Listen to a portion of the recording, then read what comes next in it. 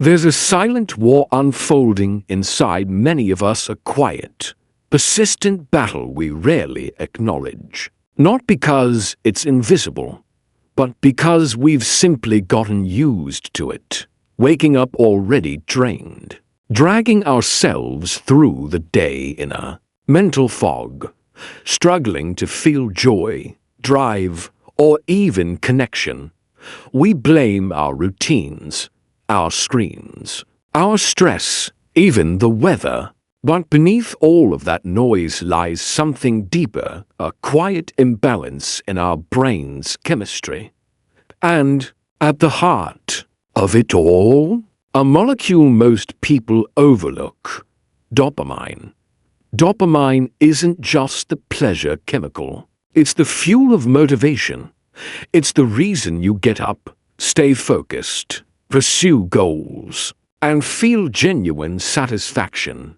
When your dopamine levels are healthy, life feels brighter. Your energy flows in a direction. Your emotions have space to breathe. But when dopamine is low, even the simplest tasks feel crushing. And in today's overstimulated, overworked world, many of us are unknowingly running on empty. Here's the good news: you're not broken. You don't need a prescription to feel alive again. You don't need to escape your life to reignite your inner fire. There are natural, powerful ways to restore dopamine, to rewire your brain, to bring balance back into your emotional world. And that's exactly what we'll explore in this video. These 10 practices aren't about chasing perfection. They're about reconnection. They're about reclaiming small, often overlooked habits that have the power to completely shift how you feel, think, and live. So if you've been feeling stuck, numb, or like a stranger to your own mind, this episode is for you. Because when you learn to boost dopamine the right way, slowly, intentionally, consistently, you don't just feel better. You become better, clearer, stronger, more in tune with who you really are. So let's begin. Not as a frantic chase for happiness, but as a quiet return to balance, to presence, to energy that flows from within, not from external validation. Your mental and emotional well-being aren't luxuries. They're the foundation of everything. And now, it's time to rebuild that foundation. One simple shift at a time. One breath. One choice. Even slowly, especially slowly. One. Move your body even slowly. Have you ever noticed how different the world feels after a short walk? Not just your body, but your mind, your emotions. The mental fog begins to lift. The tension in your shoulders softens. You start to breathe more deeply, think more clearly. You feel more like yourself again. That's not a coincidence. It's not just fresh air or clearing your head. Something real is happening inside your brain. Movement creates chemical momentum. Even simple, slow, non-strenuous movement increases dopamine production. And dopamine is the spark behind motivation, joy, and emotional stability. But here's the problem. In a performance-obsessed culture, we've turned movement into a chore, into numbers, into goals. 10,000 steps, 45-minute workouts, calories burned. But your body doesn't need spectacle to heal. It just needs to move. Dopamine doesn't wait for the perfect gym session. It responds to rhythm, to flow, to the gentle return of breath, blood, and balance. And let's be honest, when we're feeling low, anxious, disconnected, movement is usually the first thing we stop doing. We sit, we scroll, we oversleep. we spiral. Ironically, that exact moment when we feel least able to move is when movement is most needed. Not to impress, not to push, but to reset. Because every form of stagnation, whether physical or emotional, isn't just a pause. It's a signal, a call from within, whispering, move. Don't overthink, just move. And this isn't some modern wellness slogan. The Stoics knew it more than 2,000 years ago. Cleanthes, one of the earliest Stoic philosophers, worked as a manual laborer. He spent his nights hauling water to survive, and his days in study and deep reflection. For Cleanthes, movement wasn't separate from mental clarity, it was the gateway to it. He moved his body so his thoughts could stay sharp. That was his rhythm. That was his discipline. And this idea doesn't require ancient robes or a subscription to a fitness app. Let's say you're overwhelmed by work. Your instinct to sit longer, grind harder, solve it with more thinking.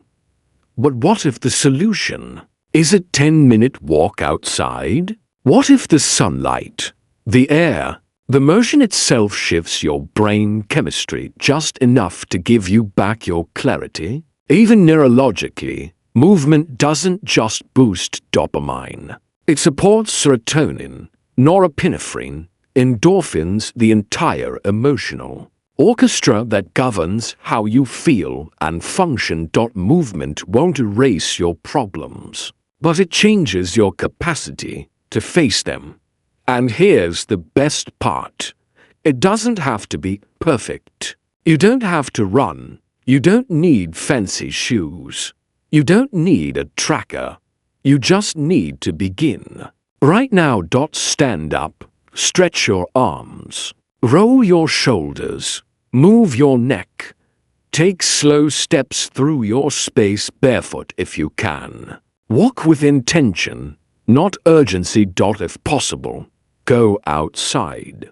Let your senses connect to the real world, not the one trapped inside your phone. Do it not because you're broken, do it because your body was never meant to be still for so long. Do it because motion is truth, and a mind in motion will always find more clarity than a mind in isolation. Because healing isn't some dramatic act. It's the slow, gentle return to something simple, presence. Let movement become a part of your daily rhythm, not as punishment, but as permission. Permission to reconnect. Permission to release stress, not store it. Permission to feel your body again, not as a burden, but as an ally. So ask yourself, what kind of movement can I give myself today? Not what the world expects, not what looks good online. What does your body need? Trust it, honor it, then move even slowly. Because in that movement, dopamine flows, and with it, a deeper, quieter sense of being alive returns. To eat with wisdom, not emotion. That's the first thing many of us reach for when we're sad, bored, or overwhelmed. Not breath, not silence, not reflection. We reach for food, not because we're hungry, but because we're hurting. And for a moment, that bite, sweet, salty, creamy, comforting, feels like a balm for the chaos inside. But here's what we rarely consider. Every time we eat emotionally, we're not just feeding our bodies, we're rewiring our brains. And most of the time, we're throwing off the delicate balance of our most powerful chemical messengers, especially dopamine, because dopamine is deeply tied to what you eat. What you consume literally shapes how your brain functions, how you feel emotionally, and how clear or foggy your thoughts become. Healthy fats and foods rich in the amino acid tyrosine, these are the building blocks of dopamine. They help your brain generate the fuel it needs to focus, take action, and feel emotionally balanced. But when you swap out real nourishment for sugar spikes, processed snacks, or emotional binge eating, you might feel a rush for 10 minutes and then a crash that lasts the rest of the day. The Stoics may not have had a word for amino acids or neurotransmitters, but they understood something eternal. What you consume shapes how you think. Seneca once wrote, "Drunkenness is nothing but voluntary madness." And he wasn't just referring to alcohol. He was warning us about any overindulgence, anything we use to numb instead of feel, to escape instead of face, and food, especially when we're stressed, sad, or anxious, often becomes that escape. So the real question isn't, what should I eat to lose weight? Or what's the latest superfood? The real question is, what kind of food helps me feel mentally clear and emotionally steady? That's a completely different conversation. It's not about guilt. It's not about shame. It's about awareness. How does your body feel after you eat? How does your mind feel 2 hours later? Did that meal give you energy or drain it? Let's take it further. Imagine starting your morning with protein, leafy greens, and hydration. Before checking your phone, before facing the outside world, you've just sent your brain a powerful signal. I choose stability over stimulation. You've built dopamine naturally, not from caffeine or sugar, but from real nourishment. And your body will respond. You'll feel more centered, your emotions less volatile, your cravings more manageable. You'll walk through your day with clarity instead of chaos. Now contrast that with skipping breakfast or emotionally eating late into the night. You wake up groggy, unmotivated, your blood sugar crashes mid-morning. You start chasing dopamine through your phone, snacks, irritability, and it's not because you're lazy or undisciplined. It's because your brain chemistry is compensating for what your nutrition failed to give it. This is why eating with wisdom is one of the greatest acts of self-respect. Not clean eating, not perfection. Wisdom, the quiet clarity that says, "This is how I want to feel, so this is what I choose to put into my body." That's not a diet. That's identity. That's self-mastery. And yes, it takes effort. It takes awareness to pause and ask, am I really hungry? Or am I avoiding something? It takes strength to walk away from the quick fix and toward the choice that supports your long-term clarity. But every time you choose nourishment over numbing, you strengthen your emotional core. You train your nervous system to trust you. You're saying, I don't need to escape. I can sit. I can feel. I can respond, not just react. Because food is information. Every bite sends a message to your cells, to your brain, to your emotions, to your future. When you eat with intention, you're not just feeding your body, you're building your future mental state, one plate at a time. So the next time you stand in front of the fridge or open the cabinet, out of stress, pause. Breathe. Ask yourself, what do I actually need right now? Maybe it's fuel. Maybe it's rest. Maybe it's connection. Or maybe it's just to be still. Don't just feed your feelings. Feed your future.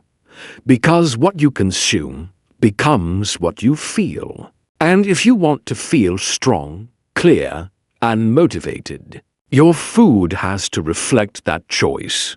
3. Sleep like you're rebooting your soul. When was the last time you truly rested?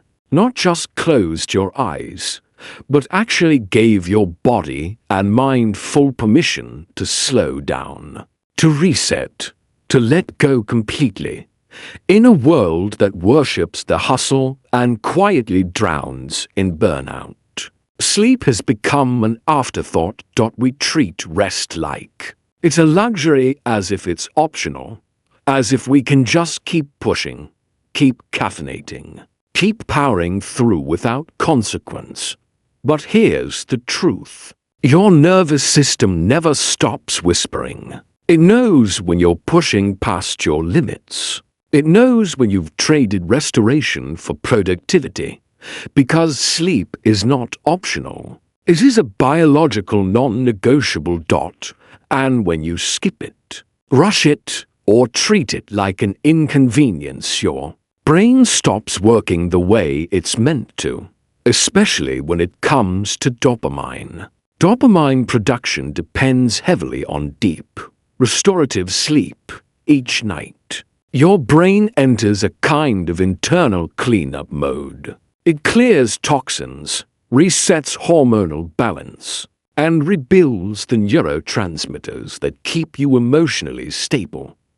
But without that quality sleep, your dopamine receptors become less sensitive. You need more and more stimulation just to feel normal. And eventually, you stop feeling much of anything at all. Have you noticed how even the smallest problems feel overwhelming after a bad night's sleep?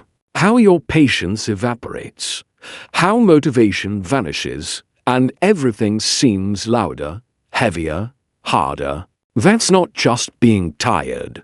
That's your brain running on depleted chemistry. It's trying to operate on an empty battery, and it can't. Not well. Not SUSTAINABLY. The Stoics didn't have access to neuroscience. They didn't need it. They understood a fundamental truth. Rest fuels reason. Marcus Aurelius reminded himself daily to rise and do the work of a human being. But he also knew that preparation matters. And rest is preparation. It's what equips you to meet the world not as a scattered, reactive shell, but as a calm, clear, capable force. Without rest, philosophy becomes theory. With rest, it becomes practice. And yet, so many of us trade sleep for false productivity. We stay up too late, finishing tasks, doom scrolling, numbing out in front of glowing screens. We think we're being productive, but we're not gaining anything. We're stealing from tomorrow. From our clarity, from our emotional resilience, from our ability to show up fully. One of the most powerful decisions you can make for your mental and emotional health isn't to work harder. It's to sleep better. That doesn't mean perfect 8-hour nights every night, but it does mean rhythm. It means consistency. It means creating a sacred boundary around your evenings, a boundary that says, "This time is mine." Dim the lights, shut down the noise. Let your mind unwind. Give yourself permission to shift from doing to being, from noise to stillness. And, yes, it won't always be easy. You'll be tempted to check one more message, to finish one more thing. But remember this, a tired mind doesn't think, it complains. It doesn't solve problems, it creates them. If you want better days, you must start with better nights.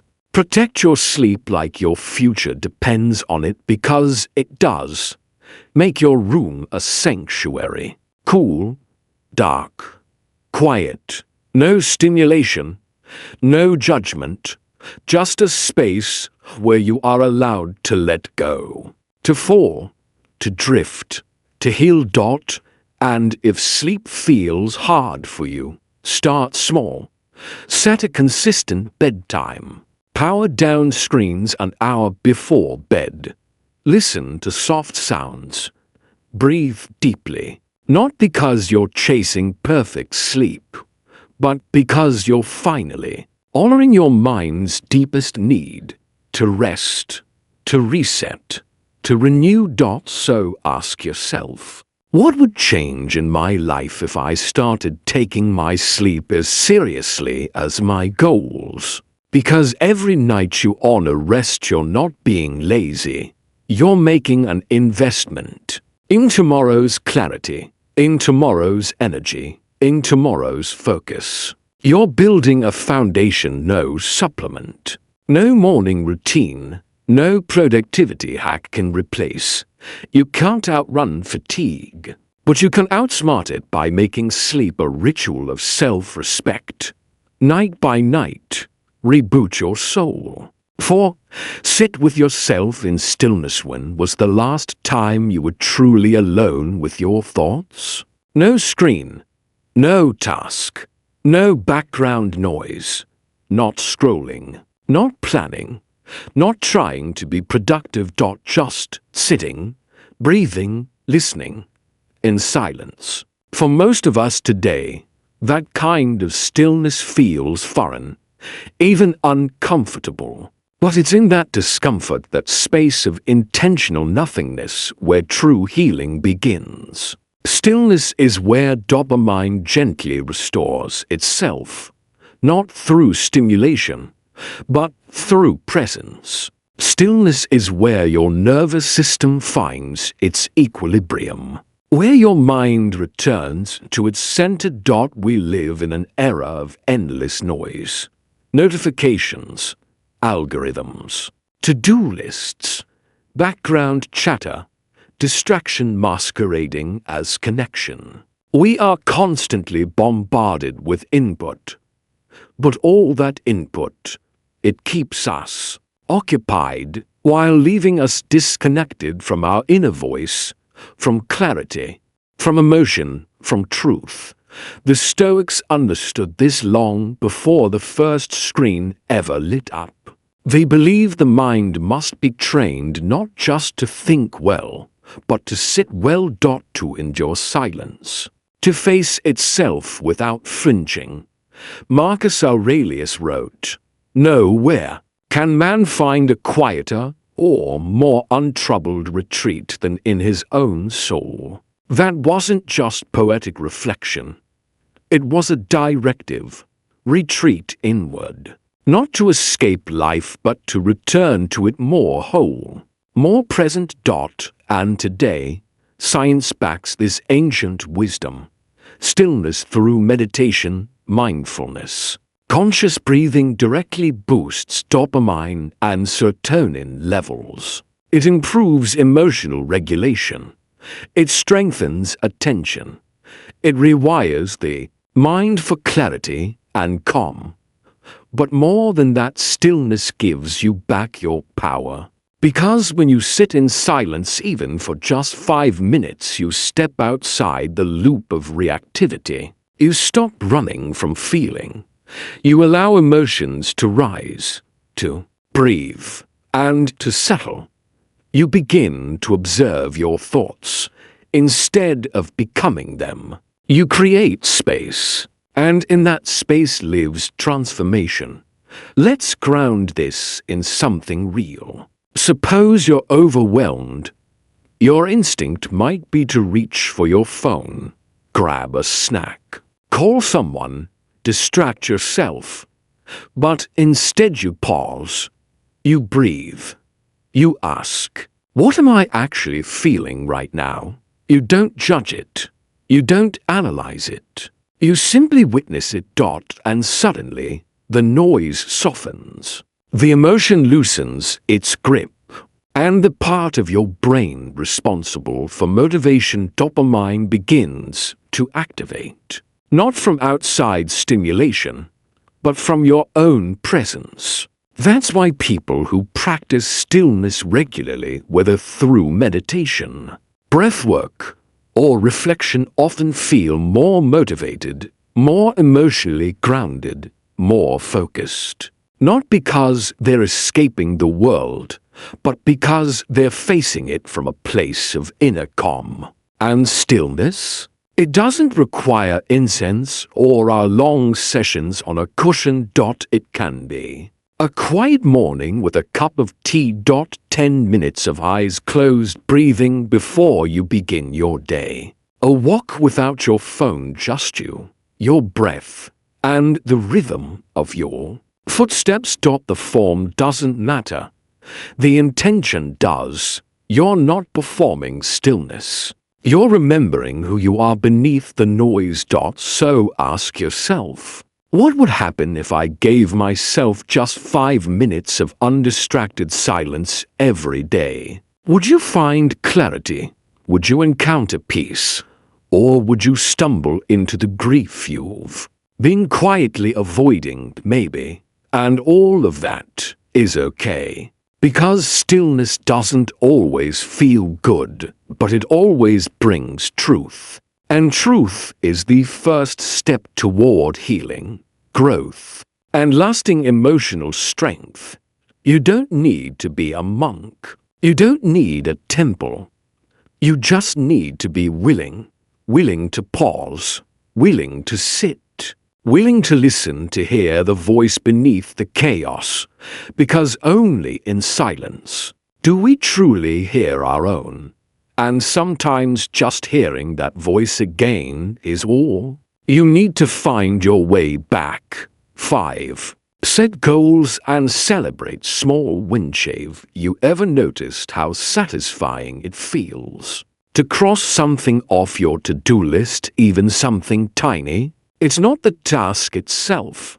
It's the momentum, that flicker of progress, that quiet signal to your brain, I'm moving forward, that surge of satisfaction, that's dopamine. And it's one of your brain's most powerful natural motivators. If you learn how to work with it instead of against it, dopamine doesn't just respond to massive milestones. It responds to progress, to movement, to the small, concrete signs that you're not stuck. But here's the problem. Most people wait too long to feel proud of themselves. They only celebrate the big wins, the final result, the major achievement, the dramatic transformation. They wait until they've lost all the weight, gotten the dream job, finished the novel, healed completely, and by doing that, they rob their brains of the reward cues that would have helped them stay motivated in the first place. The Stoics weren't obsessed with external success, but they understood the power of direction. Epictetus wrote, "First say to yourself what you would be, and then do what you have to do." That's goal setting stripped to its essence. Not fantasy, not wishful thinking, but a decision, followed by consistent action. And consistency, not inspiration, is what gives birth to true motivation. Not luck, not hype, just small, honest effort, repeated daily. Let's make this real. Suppose your goal is to improve your health. Write a book, change your career, build emotional resilience. If you only allow yourself to feel successful when the goal is finished, you'll burn out. Your brain will feel starved for validation. But if you set micro goals, drink a glass of water first thing in the morning, write 100 words today, take one deep breath before responding in a tough moment, and then you acknowledge those tiny wins, dopamine flows. You teach your brain to associate effort with reward. And that doesn't just feel good, it's biologically effective. Because science shows when we celebrate small wins, we strengthen neural pathways that make us more likely to keep going. We literally retrain our brain to enjoy the process, not just the outcome. Think of a child learning to walk. Every step is cheered. Every stumble met with encouragement. Every wobble is a win. So why do we stop doing that for ourselves? Why do we only praise perfection and dismiss progress? You don't build greatness in one grand moment. You build it one honest choice at a time. And each of those choices is a brick in the foundation of who you are becoming. So make it a practice. Set goals. Make them small. Make them real. Make them yours. Then track your wins not for likes, not for applause, but for you, for your psychology. Write them in a journal. Type them into your phone. Or simply smile quietly at the end of the day knowing, I showed up today. I moved forward. That's not weakness. That's wisdom. That's dopamine being built intentionally as a tool, not a trick. And don't underestimate what that small act of celebration does to your emotional world. Each time you recognize a small win, you give your nervous system something priceless: hope. You remind yourself that change is possible. You replace despair with direction. And slowly, step by step, your self-image begins to shift. You stop seeing yourself as stuck and start seeing yourself as someone in motion. Someone who shows up even when it's hard. Someone who keeps promises even when they're small. So ask yourself right now, what is one small thing I can do today that moves me closer to who I want to become? Then do it and celebrate it.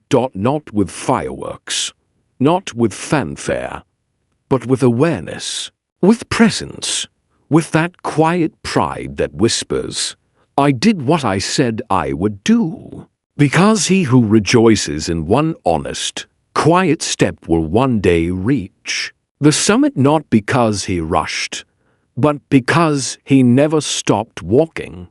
6. Listen to music that moves you. Have you ever played a song and suddenly your entire emotional state changed, your mood lifted, your mind cleared, your body softened, the heaviness lightened? That's not magic. That's dopamine in action. Music doesn't just entertain us, it moves us. It reaches parts of the brain that words and logic can't touch. Neuroscience shows that listening to music you genuinely enjoy activates the reward system, increasing dopamine and producing feelings of pleasure, motivation, connection, and even clarity. That's why a song from 10 years ago can bring back a memory you thought was gone. That's why certain melodies bring tears, not from sadness, but from a deep sense of recognition. Because music speaks a language beyond thought. It bypasses logic and connects you directly to emotion. And the best part, music is accessible, immediate, and intimate. You don't need therapy. You don't need a journal. You don't need a plan. You just need sound, carefully chosen, deeply felt. While music wasn't a central tenet in ancient Stoicism, the idea of harmony, of tuning yourself to a higher state, was everywhere in Stoic thinking. Seneca often spoke of rhythm, of emotional discipline, of keeping one's internal world in sync with the universe. And what is music, if not rhythm, personified? When you feel low, scattered, or foggy, music can be a bridge, a path back, a hand reaching into the fog, saying, "You're not alone. Let's shift this moment." And the beauty, music doesn't ask anything of you. It doesn't need you to explain, to fix, to perform. It simply offers a mirror or a reset. Let's bring this to life. You're stuck. You can't focus. You feel flat, anxious, overwhelmed. Before reaching for a fourth cup of coffee, before opening another app, try this instead. Close your eyes. Put on a song that truly moves you. Not background noise. Not filler. Not what's trending. Something meaningful, personal, alive. Let the sound wash over you. Notice where it lands in your body. Watch how your breath shifts, how your thoughts soften. This isn't escapism. It's recalibration. Different music serves different needs. Uplifting music can boost energy and restore drive. Soothing music can reduce stress and return you to your body. Instrumental or classical music can elevate focus and stimulate flow. And sometimes, sad music is exactly what you need, not to deepen pain, but to let it breathe, to let it rise and release. But here's the key: intentionality. Don't just consume music like background noise. Choose it. Curate it. Use sound not just as distraction, but as alignment, a companion in your healing. You're reflecting, you're becoming. Create playlists that serve different states. Mornings Movimention, let them be yours. Not what's popular, what's true for you.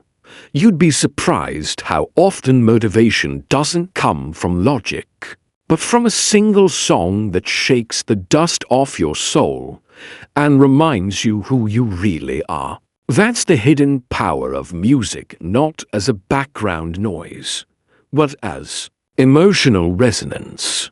As medicine for the mind. Your environment, both internal and external, is not just background noise. It's the container that holds your mind. Emotionally, this changes everything. You begin to realize something profound. You don't always need to fix how you feel. You don't need to analyze it to death or force yourself into a better mood. Sometimes, you just need to feel it fully, deeply, without apology. And let it move through you. Like weather across a landscape. No resistance, no shame, just motion. Music gives you that space, that movement, that release. So ask yourself, what's the soundtrack to the version of me I'm becoming? What melodies stir the still parts of your soul? What rhythms awaken what's been buried not by time, but by neglect? Play it, feel it, let it do its quiet work. Because what cannot be said in words, music can carry. It holds what the voice can't express, and it delivers you, softly, back to yourself. 7. Surround yourself with nourishing relationships. Have you ever left a conversation feeling lighter, more seen, more alive, even without understanding why? And have you ever left another feeling drained, a little off, like you needed to apologize just for being you? That contrast, it's not just emotional, it's chemical. Relationships shape your brain. They influence your dopamine. They shape your resilience. They inform your motivation. And over time, they sculpt your sense of self. Human connection isn't a luxury. It's biological fuel. Dopamine levels rise in the presence of genuine connection, not surface chatter. Not the dopamine loop of likes and messages. Not those "how are you?" texts that don't really mean it. but real presence, being with someone who actually listens, not just waits to speak. Someone who sees you beyond your role, your job, your facade. Someone who doesn't ask you to be more, but simply reflects who you already are. The Stoics knew this. Seneca once said, "One of the most beautiful qualities of true friendship is to understand and to be understood." That kind of connection is a lifeline. It stabilizes you. It gives you perspective. It allows your nervous system to breathe. And it's quiet, not demanding, not dramatic, just solid, calm, steady. Now contrast that with a different kind of relationship, the ones where you always feel on edge, where your voice gets smaller, where your joy gets second-guessed, and your energy leaks like water through a cracked jar. In those spaces, your brain senses threat. It shifts into survival mode. Dopamine drops. Cortisol spikes. And soon, you start questioning everything, including yourself. Without realizing it, you begin to shrink, to adjust, to tiptoe around someone else's storms. And maybe the most dangerous part, you normalize that feeling. Let me say this clearly. You don't need a crowd to be mentally well. Sometimes the crowd is the problem. You need quality, not quantity. One or two people who energize you, who see you without judgment, who make you laugh from the gut. They are worth more than 50 shallow connections. Because every interaction is an input. And over time, your brain becomes what it's most consistently exposed to. So here's something practical. After every interaction, pause and ask, how do I feel right now? Energized or exhausted? Centered or scattered? Clear or confused? That's not overthinking. That's biological feedback. And the more you learn to honor those signals, the more you begin to curate an environment that doesn't drain your mind but supports it, strengthens it, restores it. And don't forget, be that nourishing presence too. Listen without jumping into fix. Celebrate without comparison. Show up without needing to perform. Be the kind of energy you wish someone had given you, because connection is a mirror. And when you offer that safe, steady light to another, you often find it reflecting back at you. If you're feeling low, if you're wondering why you can't focus or feel joy, don't just look inward. Look around. Who's in your space? Who has access to your time, your mind, your emotional world? And do they truly deserve that access?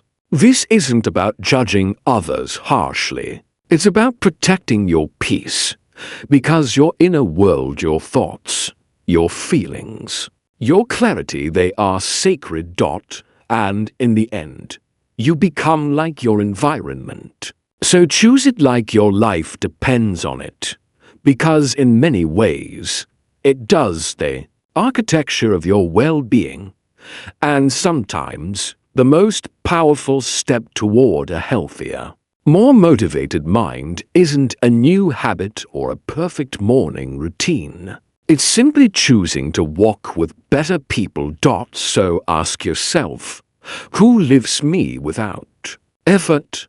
Who makes me feel more like myself, not less? And just as important, who am I becoming by the company I keep? Because energy is contagious, and a true friend doesn't drain you. They don't pull you off your path. They restore you. They see your essence sometimes before you do. And in their presence, you grow. That kind of relationship, it's not a luxury. It's medicine. 8. Let the sun touch your skin. When was the last time you stepped outside, not to get somewhere, not to cross something off a list, but simply to feel the sunlight on your face? We've grown so used to the glow of screens, to fluorescent ceilings and recycled air, that we forget we weren't designed for this kind of living. We are not just brains and ambition. We are biology, chemistry, sun-seeking beings born to live in rhythm with the natural world. Sunlight is not just warmth. It's a trigger, a natural switch that activates our inner systems. Here's what science tells us. Sunlight boosts vitamin D levels, which influence mood, immunity, and hormonal balance. Morning light, in particular, stimulates dopamine production, especially in the parts of the brain responsible for motivation, energy, and emotional regulation. This isn't spiritual fluff. This is biochemistry in motion. And though the Stoics didn't know about serotonin pathways or circadian rhythms, they lived in alignment with something timeless. Nature heals. Marcus Aurelius often found clarity beneath the stars. Seneca reflected by rivers and among mountains. For them, nature wasn't scenery, it was philosophy in motion. And yet, here we are sleeping past sunrise, blocking light with blackout curtains, spending our clearest hours indoors under blue light, behind walls. Then, we wonder why we feel foggy, reactive, disconnected. It's not weakness. It's misalignment. Your nervous system, your sleep, your energy, your dopamine, they all respond to light.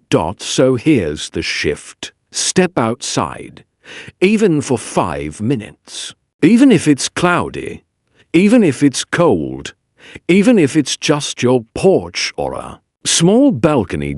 Let your skin feel the air. Let your eyes without sunglasses receive the morning light. Let your shoulders drop. And most importantly, leave your phone behind. This isn't about sunbathing. This isn't a productivity hack. This is you returning to your natural state. No stimulation, no scroll, no should. Just breath, just presence, just earth. Because the real world, the one with trees, wind, clouds, and birds, has a kind of medicine no supplement, no screen, and no podcast can replicate. The rhythm of light, the warmth on your skin, the silence of a tree that doesn't rush. These aren't distractions. They are resets. And when you make this a practice daily, even briefly, something begins to shift. Your mood stabilizes, your anxiety softens, your sleep deepens, and your thoughts, once tangled, begin to spread out like sunlight through leaves. You start to notice beauty again, not on your screen, but in the way shadows move, not through scrolling, but through breathing. And your brain, it begins to thank you with natural dopamine, not from chasing, but from simply being. So ask yourself, when was the last time I let the sun touch me without distraction? What might change if the first thing I reached for wasn't my phone, but the sky? Because what books cannot heal, the morning light sometimes can. 9. Do what you love, not just what's expected. When did you stop doing things simply because they made you feel alive? When did joy become something to schedule, to justify, to put off until everything else was checked off and perfect? At some point in adulthood, many of us traded what we love for what we think we should do. And in that quiet trade, something vital was lost. Our natural connection to dopamine, that deep, Sustaining kind that doesn't come from performance or applause, but from passion. From doing what lights us up spirit, not just checking a box on a to-do list. Doing what you love, whether it's painting, cooking, building, writing, gardening, crafting, running, playing music, reading fiction, or simply sitting quietly in nature isn't a luxury. It's a neurological necessity. These are not mindless hobbies.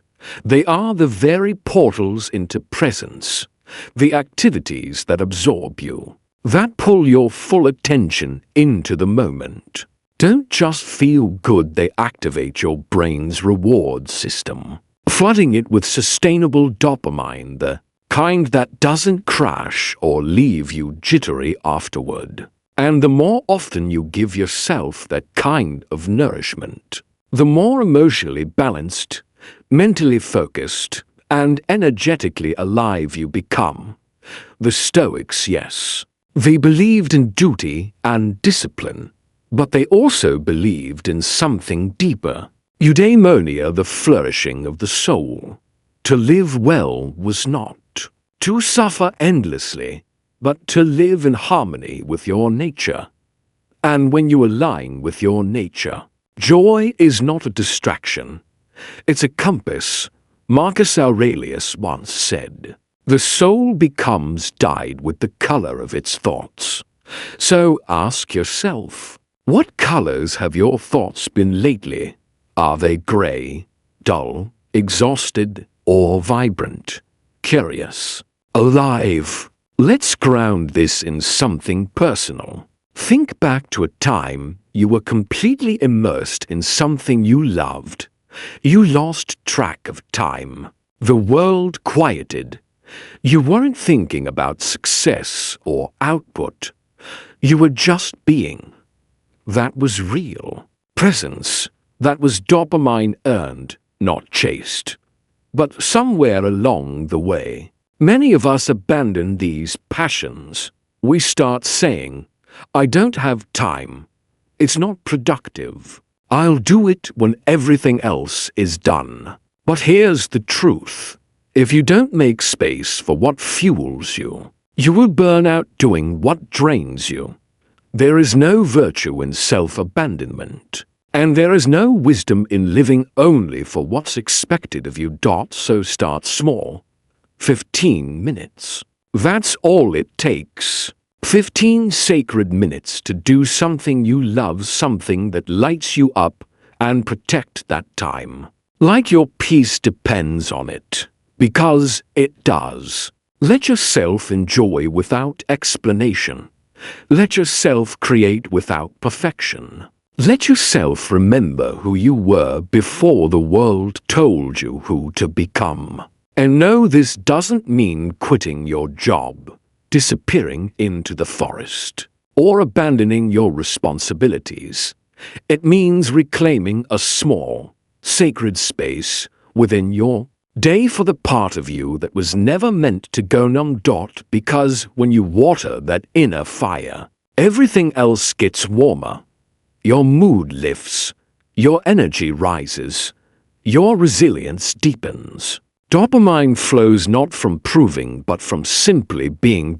So, ask yourself right now, what did I once love that I've neglected? What small act of joy can I return to today? Don't wait for permission. Don't wait until the stars align. Make time not because it's urgent, but because it's essential. Because happiness isn't a goal at the end of effort. It's a practice in the middle of life. And it begins by doing what enlivens you. Unapologetic ally. 10. Release stress. Don't just resist it. No, ask yourself honestly. How much energy do you spend just holding it all together? How often do you smile when your chest feels like it's caving in? How many times have you shown up for others while your own thoughts are quietly screaming for rest? We live in a culture that glorifies resilience, but misunderstands what it actually means. Real resilience is not about gritting your teeth and pushing through until you break. It's about knowing when and how to let go to release stress, not bury it. Chronic stress is not just uncomfortable. It's a thief.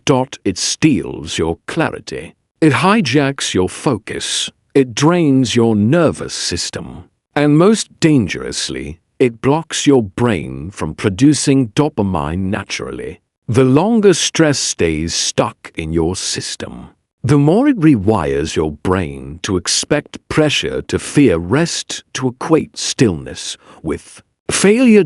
You start to believe that slowing down means falling behind, and that exhaustion is a badge of honor. But the Stoics knew better, and their wisdom is our bridge into healing what life throws at you. But you can always control your response.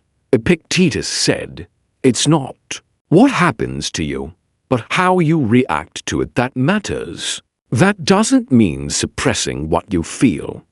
It means creating space-wise, intentional space to meet your stress, not with fear, but with gentleness. Because here's the truth. Most of us don't release stress, we store it or escape it. We bottle it in our jawlines, our shoulders. We tuck it beneath to-do lists and timelines. We scroll past it, laugh over it, pretend it's not there. But emotion is energy, and energy that doesn't move accumulates. It turns into anxiety. It hardens into fatigue. It hums quietly as burnout.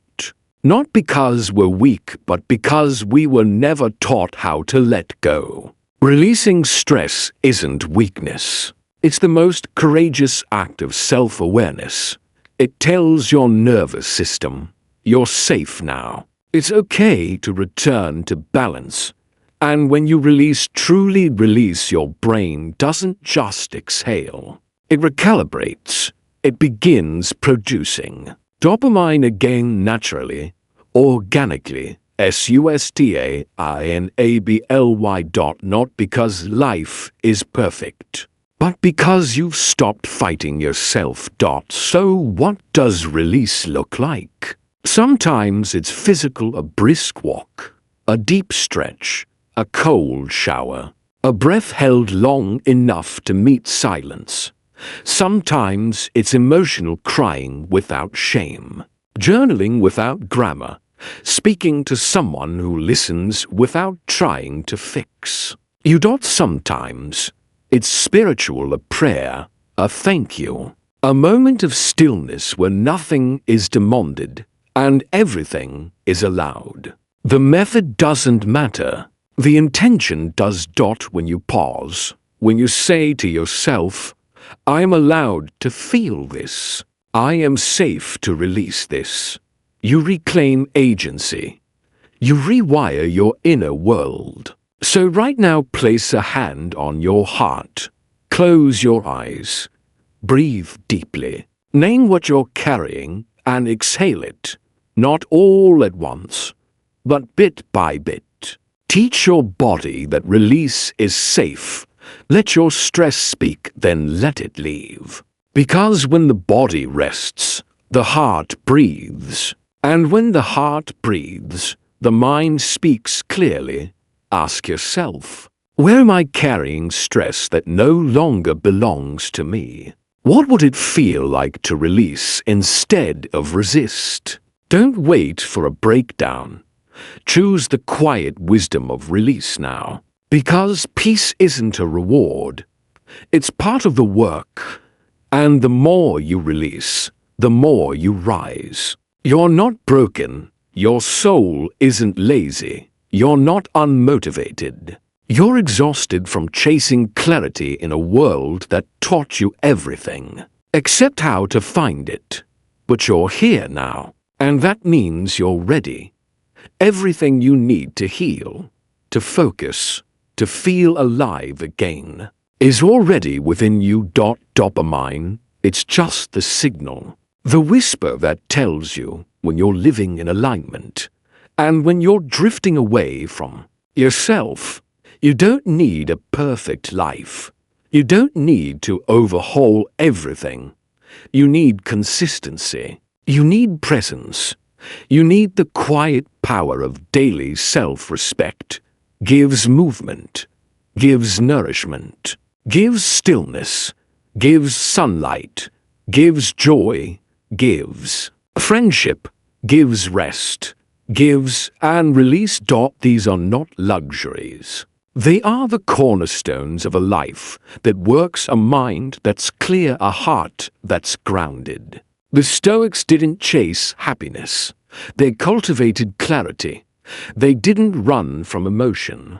They met it with reason, rhythm, and resolve. And that same path is open to you right now, in your body, in your breath, in the next decision you make after this video ends. So don't wait for motivation.